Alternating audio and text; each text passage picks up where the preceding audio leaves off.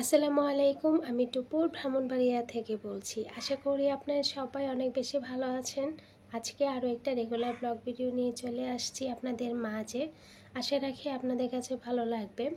আর যদি ভালো লাগে শেষ পর্যন্ত আমার সাথেই থেকে যেতে পারেন। সকাল থেকেই অন্যান্য দিনের মতো ভিডিওটা শুরু করেছিলাম।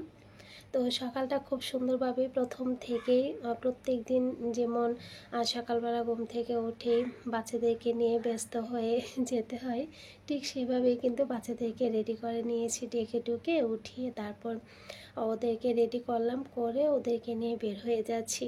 এটা প্রত্যেক দিনের সকালের রুটিন থাকে আর কি। তো তার জন্য যেদিন ভিডিও করা হয়, যেদিন ভালো লাগে ওদেরকে একটু ক্লিপ নেই, আর যেদিন ভালো লাগে না ওই দিন আবার নেই না আর কি। তো 3 ছেলে মেয়েকে নিয়ে বের হয়ে যাচ্ছি। তো এহসানকে দিব মাদ্রাসায়, আর নিয়ারিবাকে দিব প্রাইভেটে, দিয়ে তারপর আমি বাসায় চলে আসছি। বাসায় এসে এই তো প্রত্যেক দিনের মতো কাজকর্ম শুরু করে দিব, রান্নাবান্না খাওয়া দাওয়া এগুলোই থাকে।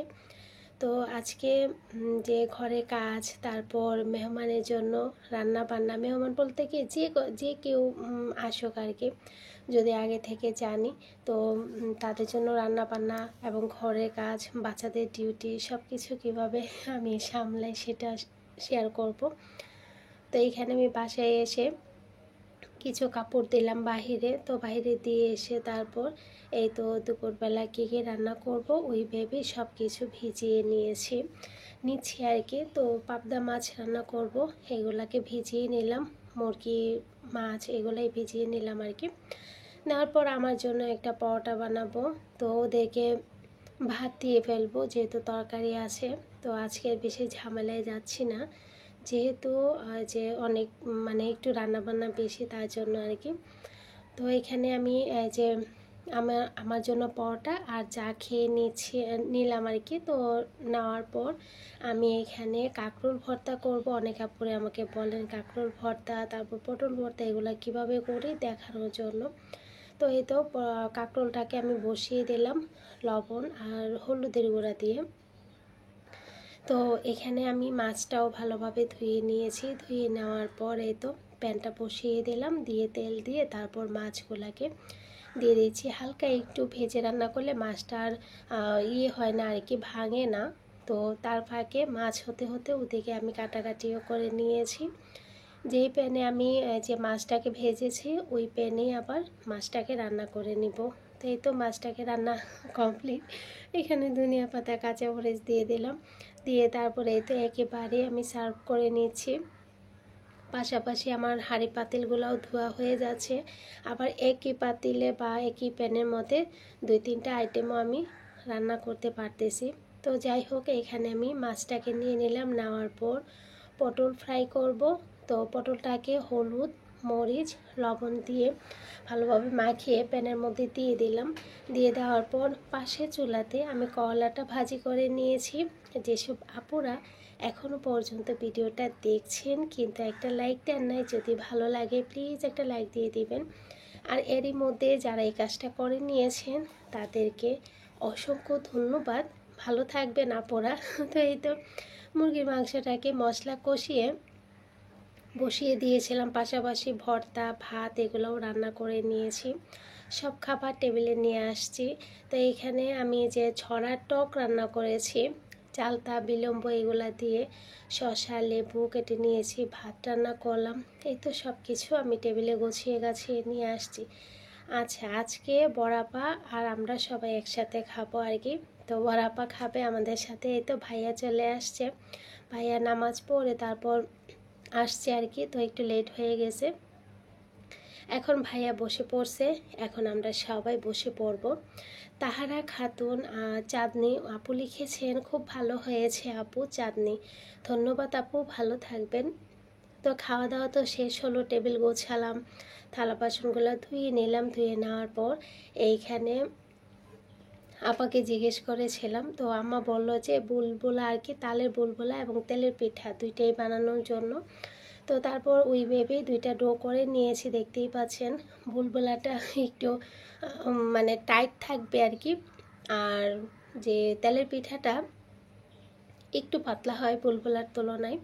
তো এই তো দেখতেই পাচ্ছেন সব কিছু একটু মেখে মুখে রেডি করেছি। তারপর এহসানকে আমি প্রায় বাংলা পড়া থেকে আরবি পড়ায় দিয়ে আসবো আর কি, মাদ্রাসায় দিয়ে আসবো। এসে তারপর আমি পিঠাগুলো বানাবো। তো এখানে কনক আক্তার আপু লিখেছেন খুব ভালো হয়েছে। ভালো থাকবেন আপু, অসংখ্য ধন্যবাদ। তো আছরের নামাজে পরপরই এগুলো মাখিয়ে রেখে দিয়েছিলাম, এখন আবার একটু মাখিয়ে নিয়েছি। তো তেলের পিঠা না অনেক দিন পর আমি বানাচ্ছি। তো তেলের পিঠা বানাতে বানাতে জানেন রাতে 10টা বেজে গিয়েছে। তেলের পিঠার বুলবুলা বানাতে, বুলবুলা বানাতে কিন্তু বেশি সময় লাগে না, কারণ এই যে কড়াই ভরে তেল দিলে বেশি একটা সময় লাগে না, কিন্তু তেলের পিঠা তো একটা একটা করে বানাতে হয়। তো ওই আর কি, তো তেলের পিঠা কিন্তু হতেও একটু সময় লাগে। তো তারপর অনেক সময় লেগেছিল, পিঠা যেহেতু মাশাআল্লাহ আমরা সবাই খাবো মোটামুটি ভালোই। তো এখানে নিলয় 2 মামানির জন্য ঝালমুড়ি নিয়ে আসছে। তো তেলের পিঠাগুলোকে আমি বানিয়ে নিয়েছি, নেওয়ার পরে তো বুলবুলাকে দিয়ে দিচ্ছি, বুলবুলাগুলাকে আর কি। তো আমি বলছিলাম বাবাকে যদি আমি জানতাম এত লেট হবে তাহলে আসরের নামাজের পর থেকেই আমি তেলের পিঠাগুলো বানানো শুরু করে দিতাম। তো আর কি করব, তো যাই হোক তেলের পিঠাগুলোকে বানিয়ে নিলাম। আর বুলবুলা তো তাড়াতাড়ি হয়ে গিয়েছে, কড়াই ভরে ভরে দিয়ে ফেলছি। ঝুমু রায়হান আপু লিখেছেন আসসালামু আলাইকুম আপু, সিলেট থেকে অনেক দিন থেকে আপনার ভিডিওগুলো দেখি, অনেক ভালো লাগে। ফার্স্ট টাইম কমেন্ট করলাম, ব্রেড বানানো ফুল রেসিপিটা দিবেন। ওয়ালাইকুম সালাম আপু, আলহামদুলিল্লাহ দিব আপু। তো এই তো আপু ভালো থাকবেন। তো সবগুলা পিঠা বানিয়ে নিলাম, আর বুলবুলা শুধু এক কড়াই উঠিয়ে নিয়েছি, আরও 2বার দিতে হবে। তো এই তো সবাই খেয়ে নেবে। এখন আমি টেবিলে নিয়ে যাব, এখন তো রান্না করে দেখাচ্ছি, দেখি ভিডিওটা শেষ করে দিব। তো তারপর যে সবাই খাওয়া দাওয়া করলাম, তারপর আপা কিন্তু চলে গেছে বাসায়। আপারা কিন্তু রাতের বেলা থাকে না, যেহেতু বাসা কাছে চলে যায় আপারা আর কি। তো তারপর পরদিন সকালবেলা থেকে ভিডিওটা অন করেছিলাম। তো এই তো প্রত্যেক দিনের মতো ওদেরকে দিয়ে আসছি। আসার পর এখানে আমি যে বারান্দাটা ঝাড়ু দিয়ে নিচ্ছিলাম। তো প্রথমে আমি বারান্দাটা ঝাড়ু দিয়ে তারপর ঘরগুলা গোছাই আর কি। আচ্ছা, এখানে লাকি আপু লিখেছেন আপু আমি লাকি, তোমার ভিডিও দেখি, ভালো অসংখ্য ধন্যবাদ আপু, ভালো থাকবেন। তারপর তানজিলা সুমি আপু লিখেছেন আপু এখন আর ব্লগ করো না কাপড়ে, মানে আপু তো অনেক আগে থেকে হয়তো আপু আমার ভিডিও দেখে, তো আগে তো অনেক ব্লগ করা হতো কাপড়ের মধ্যে। তো এখন না সময় স্বল্পতার কারণে পারি না, এই 3জনকে নিয়ে বাইরে আসা যাওয়া, যে মাদ্রাসায় প্রাইভেট স্কুল, ঘরে কাজ, রান্নাবান্না সব কিছু মিলিয়ে পারি না আর কি। তো তার জন্য আমি এই যে মানে এগুলো এখন করতে পারি না। তো এখানে আমি ওদেরকে দিয়ে এসে ঝাড়ু দিই নাই, তো ওদেরকে মানে ঘরে রেডি হতে হতে আমি বারান্দাটা ঝাড়ু দিয়ে সেইটা ঝাড়ু দিয়ে পরিষ্কার করে তারপর ওদেরকে নিয়ে বের হয়েছিলাম। তো এই তো আমি চলে আসছি বাসায়, তো ওদেরকে দিয়ে আর কি। তো বাসায় চলে এসে তারপর ঘরের কাজগুলোও একটু একটু করে করে নিব। রাহিমা আজিজ ও আপুটা লিখেছেন আসসালামু আলাইকুম আপু, কেমন আছেন? ওয়ালাইকুম সালাম আপু, আলহামদুলিল্লাহ ভালো আছি। মাশাআল্লাহ, আপনার কাজগুলো দেখলে অনেক ভালো লাগে। অসংখ্য ধন্যবাদ আপু, ভালো থাকবেন। তো এই তো ইশরাত জাহান আপুটা অনেক দিন পর কমেন্ট করেছেন, ভিডিওটি খুব সুন্দর হয়েছে, অনেক দিন পর কমেন্ট করলাম, কেমন আছো আপু? আলহামদুলিল্লাহ আপু ভালো আছি, আশা করি তুমিও তোমার পরিবার পরিজন নিয়ে ভালো আছো। তো এই তো আমি ঘরে এসে তারপর ড্রয়িং রুমটা গুছিয়ে নিয়েছিলাম, সোফাটাকে একটু মুছে টুছে নিচ্ছিলাম, যেহেতু দরজাটা খুললেই এই রুমটা অনেক ধুলাবালু পড়ে, আর প্রত্যেক দিনই তো ফার্নিচারগুলো একটু মোছা দিতে হয়, আবার মাঝে মাঝে পারাও যায় না, কিন্তু 2-1টা ফার্নিচার আছে যে প্রত্যেক দিনই মোছা দিতে হয়। এই কালো টাইপের ফার্নিচারগুলো প্রত্যেক দিন মোছা না দিলে মনে করেন যে কেউ যদি আসে হঠাৎ করে বলবে কি কত বছর ধরে মুছি না। তো এই তো মুছে তারপর আমি টেবিলটাকেও একটু মুছে নিচ্ছিলাম, মুছে তারপর আমি ঘরগুলা ঝাড়ু দিব, পাশের রুমগুলাও একটু মুছে পরিষ্কার করে নেব। তো ফ্রিজটা তো প্রত্যেক দিন অনেক অনেকবার করে খোলা হয়, আর রান্নাবান্নার সময় দেখবেন কি হাত পরিষ্কার থাকে না, এটা লাগে ওটা লাগে, তো খুলি তো দাগও পড়ে যায়। তো এই আর কি, তো এখানে ফ্রিজটাকেও একটু মুছে নিচ্ছিলাম। তো মুছে তারপর যে পাশের রুমগুলোর মধ্যে যাব, সকালের আবার নাস্তাও বানাতে হবে। তো এখানে আমি যে রুটি বানিয়ে নিচ্ছিলাম।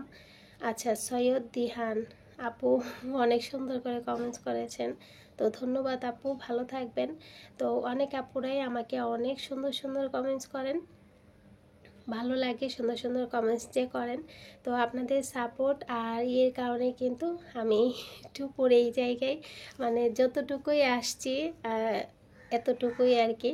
তো বড় পর্যায়ে তো আর যাওয়া হয় নাই, ছোটোখাটো যেই 10টা 15টা 20টা ভিউ থেকে যে এতটুকু হয় সেটাই আমার কাছে অনেক কিছু। তো ওই আর কি। তো এইখানে সকালে নাস্তাটা তো শেষ করলাম, তো শেষ করার পরে তো এখানে এবার মাথায় একটু প্যাক দিয়ে দিব। তো এই যে মিশ্রণটা এটা আমি করে ডিপ ফ্রিজে রেখে দিই। আর এখানে ডিম দিয়ে দিলাম, নারকেল তেল দিলাম, দিয়ে একটু মিশিয়ে নিচ্ছি। টক দই থাকলে দিতাম, কিন্তু দইটা নেই ঘরে, তো তার জন্য দেই নাই। তো মা মেয়ের মাথায় দুজনের মাথায় দিয়েছি, তো একটু বেশি পরিমাণেই করলাম। আর ওই যে কাঁকরোল এখানে একটু আমি ইয়ে করে নিচ্ছি ভর্তা করার জন্য, সরি আজকে পটল ভর্তা করে নিচ্ছি, কাঁকরোল ভর্তা না, পটল ভর্তা করে নিচ্ছিলাম। তো এখানে পটল ভর্তাটা আমি করে নিয়েছি। তো সেম প্রসেসেই আমি ভেজে নিয়েছিলাম, তারপর ব্লেন্ড করে নিয়েছি। আর পেঁয়াজ, মরিচ, ধনিয়া পাতা, লবণ সব কিছু মেখে একটু ব্লেন্ড করা পটলটাকে মেখে নিয়েছি। এতে করে কিন্তু পটল ভর্তা রেডি। খুবই সহজ ভর্তা বানাতে আর কি, ভর্তা। আর এখানে আমি একটু যে গরুর কলিজা ভাজি করছিলাম যে আলু দিয়ে, তো সেটাও চুলায় বসিয়ে দিয়েছি। দিয়ে তারপরে এখানে যে আমি মগগুলা ধুয়ে নিয়েছি, খাবারের পর একটু মগগুলা ধুয়ে না নিলে দেখা যায় কি তেল মশলার গন্ধ করে। আর মাছ যেদিন খাওয়া হয় ওই দিন তো যেভাবেই হোক খাওয়ার সাথে সাথে ধুতে হবে। আর এদিকে কর্নফ্লাওয়ারটা আনার পর ঢালা হয় নাই, তো সেটা আমি যে বয়ামের মধ্যে রেখে দিচ্ছিলাম। তো কর্নফ্লাওয়ারটা দেখবেন কি অনেক লাগে ঘরে, কর্নফ্লাওয়ারটা অনেক কিছুর মধ্যেই ব্যবহার করতে হয়, তো তার জন্য একটু বড় প্যাকেটেই নিয়ে আসছিলাম। তো এখানে যে কর্নফ্লাওয়ারটা রেখে দিলাম, রেখে দিয়ে তারপর একটু মুছে টুছে নিলাম। তারপরে এই তো 2 মেয়েকে খাবার দিয়ে দিচ্ছি, আর এহসানকে মাদ্রাসায় দিয়ে আসছি খাওয়া দাওয়া করার পর। এভাবেই আমার সারাদিনের রুটিন চলে যায়। রান্না করে এহসানের জন্য প্লেটে আগে ভাত নেই, কারণ ওর মাদ্রাসার সময়টা টাইম মানে যেতে হয়। আর ও তো খুব মানে তাড়াতাড়ি খেতে পারে না, অনেক লেটে খায়, তার জন্য। তো এই তো ইভানিকে খাবার দিয়ে দিলাম, কলিজা ভাজি আর পটল ভর্তা দিয়ে ওরা খেয়ে নিচ্ছে। আর এহসান যে কী বলে শুধু কলিজা ভাজি দিয়েই খেয়েছিল।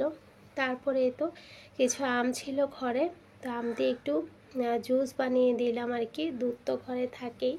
তো এই ছিল আর কি আজকের আয়োজন। সবাই ভালো থাকবেন, সুস্থ থাকবেন। আজকের মতো এখানে বিদায় নিচ্ছি। আল্লাহ হাফিজ।